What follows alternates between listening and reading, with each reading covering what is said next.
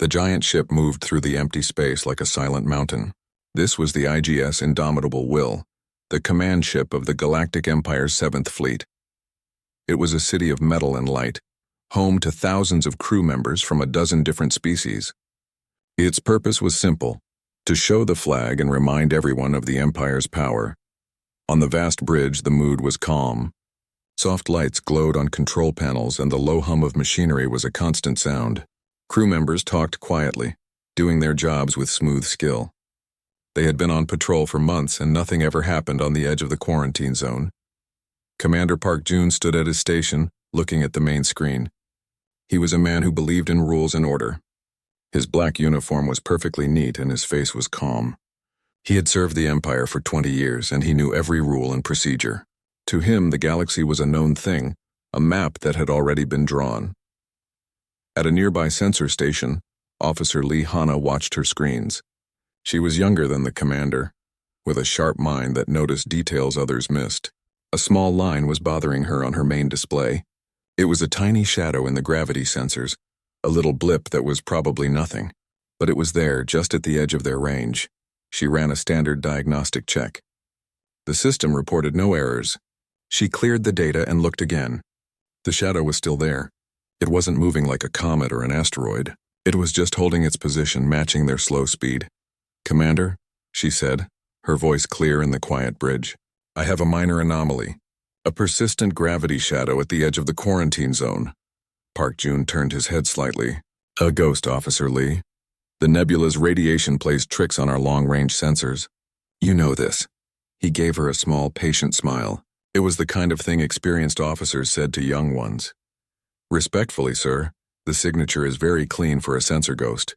"It's stable," Hana replied, not looking away from her screen.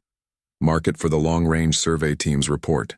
We will not chase dust and echoes," Park Jun said, his tone final. He turned back to his own work. Hana nodded, but she did not mark it for a later report. She created a private log and kept watching the little blip. A feeling, a cold trickle of instinct told her this was different. She adjusted her sensors, focusing all their passive listening power on that one small point in the dark. Hours passed. The shift changed. The bridge crew swapped places with fresh faces. Hana stayed at her post, her focus never breaking.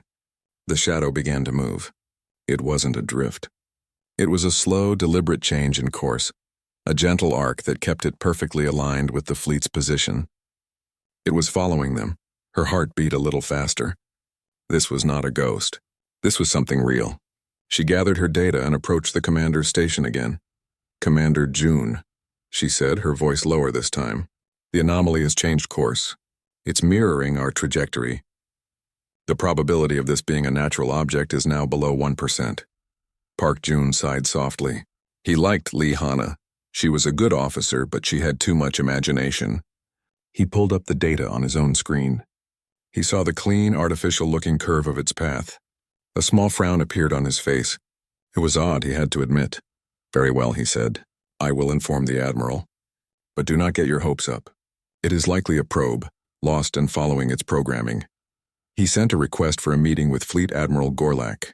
The Admiral was the supreme commander of the 7th Fleet, a tall, imposing figure from a reptilian species known for their warrior culture. His scales were a deep green, and his yellow eyes missed nothing. Later, in the Admiral's ready room, Park Jun presented the data. Admiral Gorlak looked at the screen, his expression unreadable. "A gravity shadow," Gorlak said, his voice a low rumble. "In the quarantine zone. You woke me for this, Commander?" "The pattern of its movement suggests intelligence, Admiral," Park Jun explained. "It is tracking us." Gorlak leaned back in his chair, making the metal creak. "The quarantine zone is dead space, Commander.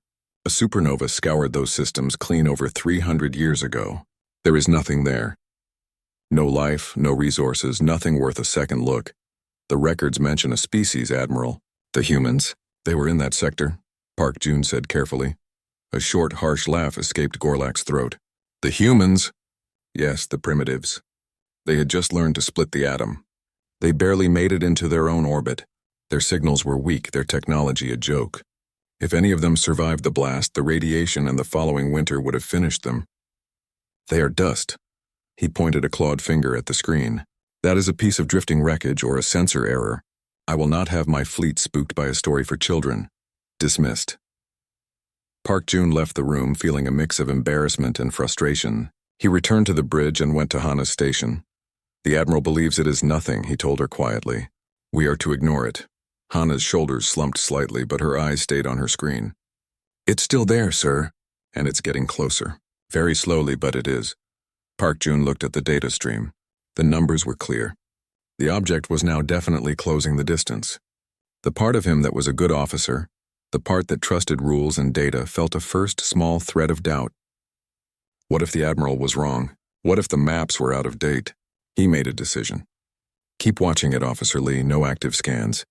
I do not want to alarm the fleet. But watch it closely. Report any change to me and only to me immediately. Hana nodded, a spark of relief in her eyes. Yes, Commander. As the ship's artificial night cycle began, most of the crew slept. The bridge was quiet, lit only by the glow of stars on the main screen and the soft light of consoles. But at one sensor station, Lee Hana remained awake, her face lit by the pale blue light of her screen. The little blip was no longer little. It was a solid, confirmed contact, and in the silent, infinite dark it was moving steadily, purposefully toward them. She felt a cold knot form in her stomach. They were being hunted, and they were the only ones who didn't know it yet. The silence on the bridge of the indomitable will was a fragile thing. For hours, Lee Hana had watched the blip on her screen. It was no longer an anomaly. It was a ship. It had not responded to any of their standard hails. It just followed, a silent companion in the dark. Commander Park Jun stood beside her, his arms crossed. He had not slept. The data was undeniable. The object maintained a perfect fixed distance from their fleet. It matched every minor course correction they made. This was not the behavior of wreckage. Its velocity is constant, Hana said, her voice low. It does not accelerate or decelerate. It just is, as if it knows exactly where we are going. Park Jun nodded slowly. He felt a deep unease. The rules and procedures he relied on had no answer for this. The fleet's official standing orders for an unidentified contact were clear. Hail, warn, and if there was no response, send a scout. But Admiral Gorlak had given a direct order to ignore it. The Admiral will not be pleased, Park Jun said, more to himself than to Hana. If we do not report this, and it is a threat, the consequences will be worse, Hana replied. Not looking away from her screen, she was right. He was a commander in the Imperial Galactic Navy. His duty was to the safety of his ship and his crew, not just to the ego of an admiral. He straightened his uniform and turned. I will speak to him. Maintain your watch. He walked to the Admiral's ready room. The door slid open after a long delay. Admiral Gorlak was inside, eating a meal of seasoned protein paste. He did not look up, Commander. This had better be important. Admiral, the unidentified contact is confirmed as a vessel. It is maintaining a pursuit course. It is not responding to hails. Gorlak put his spoon down. His yellow eyes narrowed. A vessel? What kind of vessel, pirate? A scavenger from the outer rim? Unknown, sir. Its design does not match any known configuration in our databases. Its energy signature is minimal, almost non-existent. Minimal? Gorlak scoffed. So it is a ghost ship. A derelict. It is nothing. With respect, Admiral, derelicts do not actively track and follow a battle group. Its movements are precise and intelligent. I recommend we go to Alert Status 3 and launch a scout wing to investigate. No, Gorlak's fist hit the table. I will not have my fleet show fear to a piece of space junk. We are the Galactic Empire. We do not change our course for anyone. Increase speed. Let's see if this vessel can keep up. Park Jun felt a cold frustration. Admiral, that is not prudent. Your opinion is noted, Commander. Now follow your orders. Increase speed to 0.7 light. Dismissed. Defeated, Park Jun returned to the bridge. He gave the order. The great engines of the indomitable will thrummed with increased power. The stars on the view screen began to streak slightly. Across the fleet, the other ships matched their speed. On her sensor screen, Lee Hana watched. For a moment, nothing happened. The contact held its position. Then, without any warning, it changed. Commander. Hana's voice was sharp, cutting through the low hum of the bridge. The contact is accelerating. Every eye turned to the main view screen. The sensor data was now being projected for all to see. The blip representing the unknown ship was no longer just following. It was charging. Its speed increased at a rate that made the readings seem impossible. It went from a relative standstill to a significant fraction of light speed in a handful of seconds. There was no buildup of energy, no visible engine flare. It simply moved. A wave of panic, quickly suppressed, washed over the bridge crew. This was not possible. No ship, not even the Empire's fastest couriers, could accelerate like that without being torn apart. "It's on an intercept course," Hana called out. "Time to intercept, 40 seconds. Battle stations." "Alert status 1, Park Jun shouted, his own heart hammering in his chest. The order he should have given hours ago. Alarms blared and the bridge lights turned a harsh red. Crew members scrambled, strapping themselves into their chairs. Admiral Gorlak stormed onto the bridge, his face a mask of fury. "What is the meaning of this? Who gave the order for battle stations?" "I did, Admiral," Park Jun said, standing his ground. "The contact is hostile. You do not know that," Gorlak roared. But his eyes were fixed on the main screen. The unknown ship was now close enough for visual sensors to get a clear image.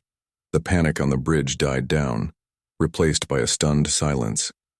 The ship was there, magnified on the screen. It was not a large ship, especially compared to the Indomitable Will. It was maybe a third of their size, but its design was chilling.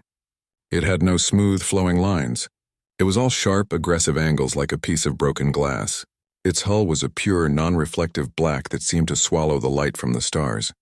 There were no visible running lights, no viewports, no obvious weapon ports. It was a shadow, a cutout shape in the fabric of space, and it was utterly silent. It decelerated just as quickly as it had accelerated, coming to a perfect stop directly in front of the Imperial fleet, facing them. It did not power up weapons. It did not launch fighters. It just sat there. Its presence was a physical weight. "By the stars," someone whispered.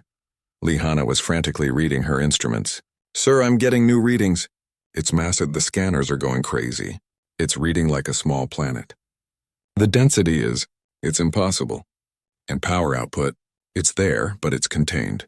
I can't get a lock on its source. It's like the energy is just inside it." "Hail them," Gorlak barked. "Full power. Identify yourself." The communications officer sent the standard Imperial hail. The message was one of peace and request for identification. It was met with absolute silence. The black ship just hung in the void, a silent judge. "Again," Gorlak yelled. They sent the hail again and again. There was no response. The silence from the ship was more terrifying than any threat could have been. "Scan them. Active scans. I want to know what that thing is made of," Gorlak ordered. Powerful sensor beams reached out from the Indomitable Will and touched the dark ship. For a moment, the data streamed in. Then Hana's console flashed with a warning. "Admiral, our scans are being blocked. Or absorbed. I'm not getting any data back. It's like it's eating the sensor energy." Park Jun felt a cold dread settle in his stomach. This was no pirate. This was no scavenger. This was something entirely new, and it was technologically superior to them in ways he could not even understand. They were like children throwing pebbles at a fortress wall. "It is the humans," he said quietly, the words leaving his mouth before he could stop them. Gorlak turned on him, his eyes blazing. "Do not be a fool, Commander. That is not a human ship. The humans are dead. This is a trick. A new weapon from one of the fringe systems. They are trying to scare us." "Nothing in the fringe systems can do this," Park Jun replied, his voice steady. "Look at it. Our sensors cannot touch it. Our physics cannot explain its movement. What if they did not die? What if they evolved?" The Admiral stared at the screen, at the dark, silent ship that defied all logic. His fear was turning into a hot, reckless anger. He was being humiliated in front of his entire bridge crew. This silent black ship was mocking him, mocking the entire Galactic Empire. He would not stand for it. "Weapons," Gorlak said, his voice dropping to a dangerous growl. "Target that ship.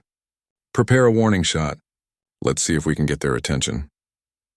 The bridge of the Indomitable Will was completely silent. The only sound was the low hum of the ship's systems and the quick, shallow breathing of the crew. The dark ship hung in the void before them, a silent challenge. It had not moved. It had not spoken. It simply existed, and its existence was a question the Empire could not answer. Admiral Gorlak's order to fire a warning shot hung in the air. For a moment, no one moved. The crew looked from the Admiral to Commander Park Jun, their faces pale. This was a direct violation of protocol. You did not fire on an unidentified vessel. especially one that had shown no aggression. Park Jun found his voice. It was tight with strain. "Admiral, I must protest. This is an act of war. We do not know who they are. We know they are ignoring a direct hail from an Imperial battle group." Gorlak roared, his patience gone. "That is an act of war in itself. They are testing us. I will not show weakness." "Weapons officer, you have your order." "Target their forward section, a wide miss. Fire a single plasma battery." The weapons officer, a young man named Kim, looked terrified. His eyes flicked to Park Jun, seeking guidance. Park Jun gave a small, helpless shake of his head. To disobey a direct order from a fleet admiral was unthinkable. With trembling hands, the weapons officer input the commands. Targeting. Firing solution set. Firing plasma battery 1. On the main view screen, a brilliant lance of blue-white energy erupted from the underside of the indomitable will. It was a terrifying display of power, enough to vaporize a small moon. It streaked across the space between the two ships, designed to pass harmlessly to the left of the dark vessel. Every person on the bridge watched, their hearts in their throats. On the bridge of the dark ship, the Axiom, the mood was calm. Captain Kim Tae watched the plasma bolt approach on his own screen. His face showed no fear, no surprise. It was the face of a man who had seen far worse. "The Empire has poor manners," he said, his voice quiet. "Evasive pattern 0. His crew, a group of men and women with focused, intent expressions, moved with a smooth, practiced efficiency. There was no panic. Weapons Officer Choi Min tapped a single command into his console. The Axiom did not turn or bank like a normal ship. It did not fire thrusters. Instead, it seemed to slide. One moment it was facing the Imperial fleet. The next it had translated sideways, moving with an impossible fluid grace. It was not a movement of physics as the Empire understood it. It was as if the ship simply decided to be in a different place and space itself agreed. The plasma bolt shot through the empty space where the Axiom had been a second before. It continued into the void, a harmless firework. On the bridge of the indomitable will, the silence was absolute. They had just witnessed the impossible. No ship could move like that. The G-forces would have turned the crew into paste. The structural stress would have shattered the hull. Yet the dark ship had done it effortlessly without a sound. Lihana was the first to break the silence. Her voice was a choked whisper, but in the dead quiet it was as loud as a shout. "Targeting lock." The words sent a jolt through everyone. A new piercing alarm began to shriek across the bridge. It was a sound none of them had ever heard in a real combat situation. It was the sound of their own ship being targeted by multiple weapon systems. Hana's hands flew over her console, her face a mask of horror. "They've acquired us." "Multiple locks." "Not just the ship. Specific systems. Primary engines. Main reactor. Weapons array. The bridge. They have a direct lock on the bridge." Panic erupted. Crew members shouted, their training forgotten. The feeling was one of absolute violation. To be targeted was one thing, but to have every single critical system on a ship the size of a city pinpointed and locked in a single second was a level of fire control beyond their wildest nightmares. It was like being stripped naked and held at gunpoint. Admiral Gorlak stood frozen, his mouth slightly open. The anger had drained from his face, replaced by a dawning primal fear. He had fired a warning shot. The response was not a countershot. It was a demonstration of total dominance. They were not just outgunned. They were utterly outclassed. "Shields to maximum," he finally managed to yell. "Our shields are already at maximum, Admiral," the tactical officer shouted back. "They did nothing. The lock went straight through."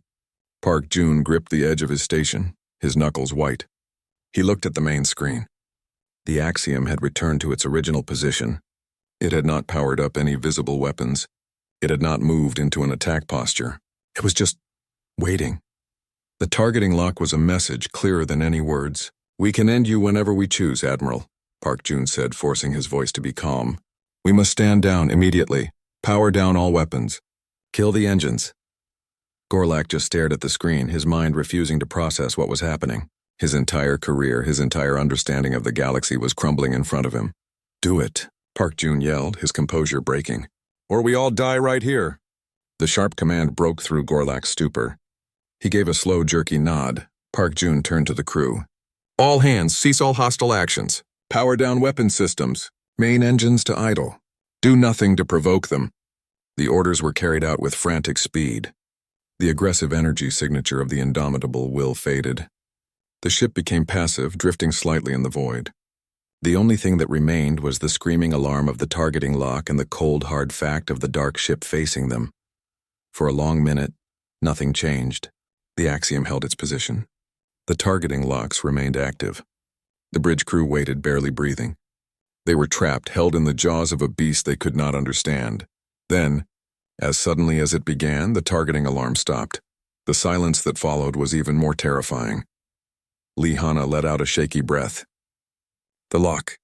It's gone. They've disengaged. A collective sigh of relief washed over the bridge. People slumped in their chairs. Some put their heads in their hands, but the reprieve was short-lived. A new alert chimed. This one from the communications station. Incoming transmission, the communications officer said, his voice hoarse. Audio only. Tight beam. It's for us. Park Jun and Admiral Gorlak exchanged a look. The Admiral for once had nothing to say. He just nodded for Park Jun to proceed. Put it through, Park Jun said. A voice filled the bridge. It was a man's voice, calm and clear. It held no anger, no threat, but it held an absolute, unshakable authority. Galactic Empire vessel, the voice said. You have committed an act of aggression. Hold your fire and stand by to receive a data packet. The message ended. There was no request. There was no demand. It was an instruction. The voice from the dark ship was gone, but its echo seemed to hang in the air on the bridge of the indomitable will. The crew sat in stunned silence. The voice had not been what they expected. It was not the roar of a monster or the screech of some alien beast. It was calm, intelligent, and utterly human. Admiral Gorlak was the first to move. He took a step forward, his face a confused mix of fear and anger. A data packet? What trick is this? It could be a virus. A weapon. Commander Park Jun ignored him. He looked at the communications officer. Did we receive it? The officer nodded, his eyes wide. Yes, sir. It's in our buffer. It's a massive file, mostly historical records, it seems. The encryption is simple, almost like they want us to read it. Open it, Park Jun ordered. Belay that order, Gorlak shouted. I am still in command here. We will not open a hostile file on my ship. Park Jun turned to face the Admiral. For the first time in his career, he felt no fear of the man. The true power in this sector of space was the silent ship outside their window. Admiral, Park Jun said, his voice low but firm. They could have destroyed us. They did not. They sent us a message. They are trying to talk. If we refuse to listen, then we deserve whatever happens next. Open the file. The communications officer, looking at Park Jun, pressed a button. The main view screen, which had been showing the dark ship, changed. Text and images began to scroll. It was a history lesson, but it was not the history they knew. It started with a familiar event. The Great Scourge. The Empire's records called it a natural supernova, a tragic accident that sterilized the sector. The data packet told a different story. The images showed a star, but it was not exploding naturally. A strange crystalline object larger than a planet was shown moving towards the star. It was not a natural object. It was a weapon. The records called it the Reaper's Scythe, a device deployed by an ancient nomadic species that existed only to wipe out emerging intelligent life. They would find a promising species, trigger its star to go supernova, and move on. They were gardeners of death. The Empire's long-range scouts had arrived years after the event. They had scanned the system from a safe distance. They detected no power signatures, no life signs, no organized signals. They saw a dead system in a burned world. They logged it as a natural disaster and left. They never looked deeper. The data packet then shifted its focus. It showed the world the Empire had written off. It showed humanity. The images were not from the surface. They were from deep underground. Vast cities carved into rock, hidden beneath oceans, buried in the planet's mantle. The humans had not died. When their star was attacked, they had mere hours of warning. They used that time not to try and escape, but to go down. They took their knowledge, their culture, and their people into the deepest, darkest places of their world. The next part of the record was a chronicle of pure suffering. The surface of the planet was a radioactive, frozen wasteland. But the real enemy was not outside. It was inside with them. The Reaper's Scythe had not just destroyed their sun. It had released a nanite plague, a microscopic weapon designed to hunt down and dismantle any complex biological life that survived. The records showed a century of war. A war fought in tunnels and caverns, a war against an invisible enemy that could reshape itself and attack their machines, their bodies, their very DNA.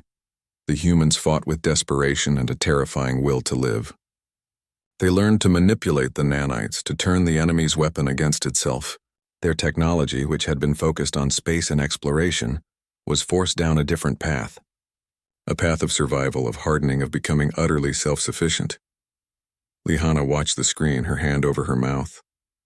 She saw images of human soldiers in sealed armor, fighting swirling clouds of gray dust that could dissolve a person in seconds. She saw engineers working on machines that used the planet's own geothermal heat for power, completely cut off from the sun. She saw children being born and growing up never knowing a blue sky, only the rock ceiling of a cavern city.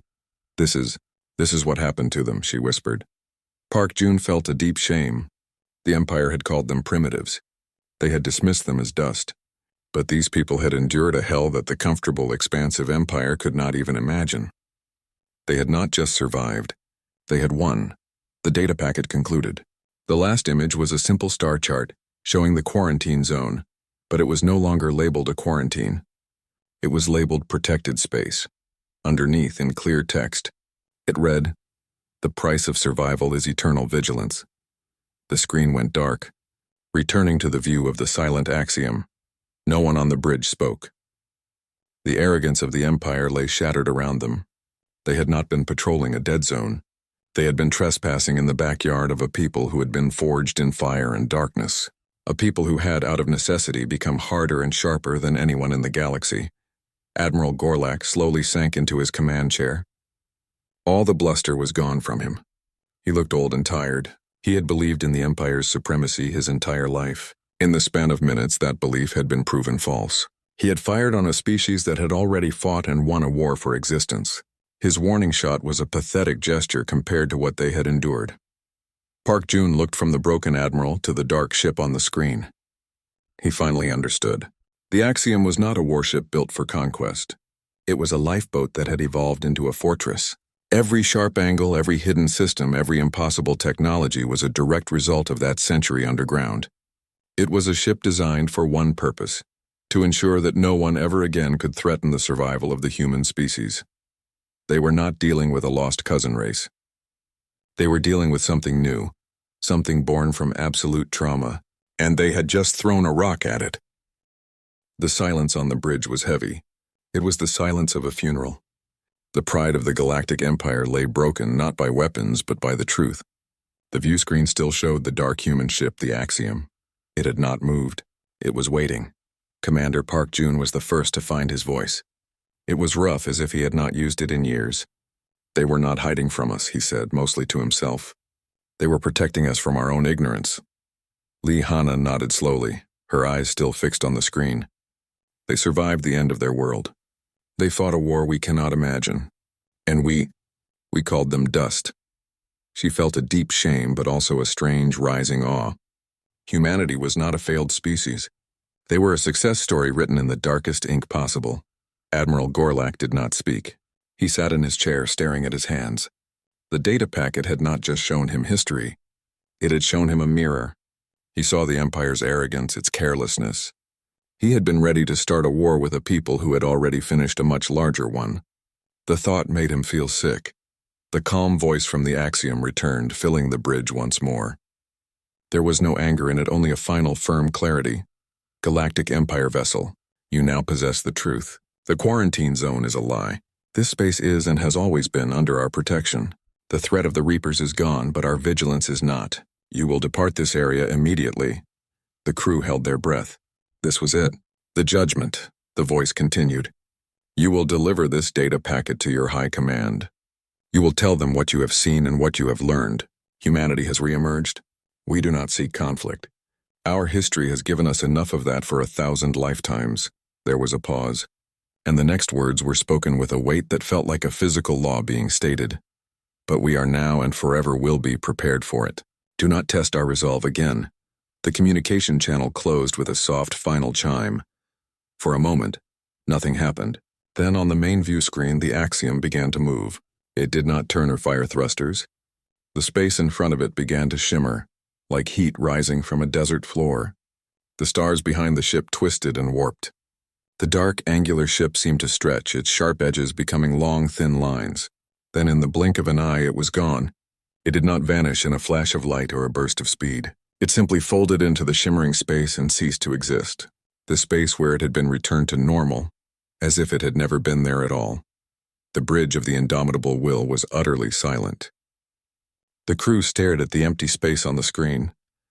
The proof of their technological inferiority was now complete.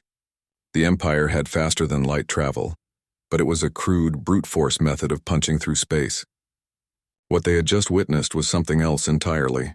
It was an elegance, a mastery of physics that belonged in a dream. Lihana finally broke the silence. Her voice was a whisper of pure wonder. They folded space. They created a microscopic wormhole, not for long-distance travel, just to leave. The implication was staggering. The energy required for such a feat was beyond calculation. For the humans, it was a simple maneuver. Admiral Gorlak slowly stood up.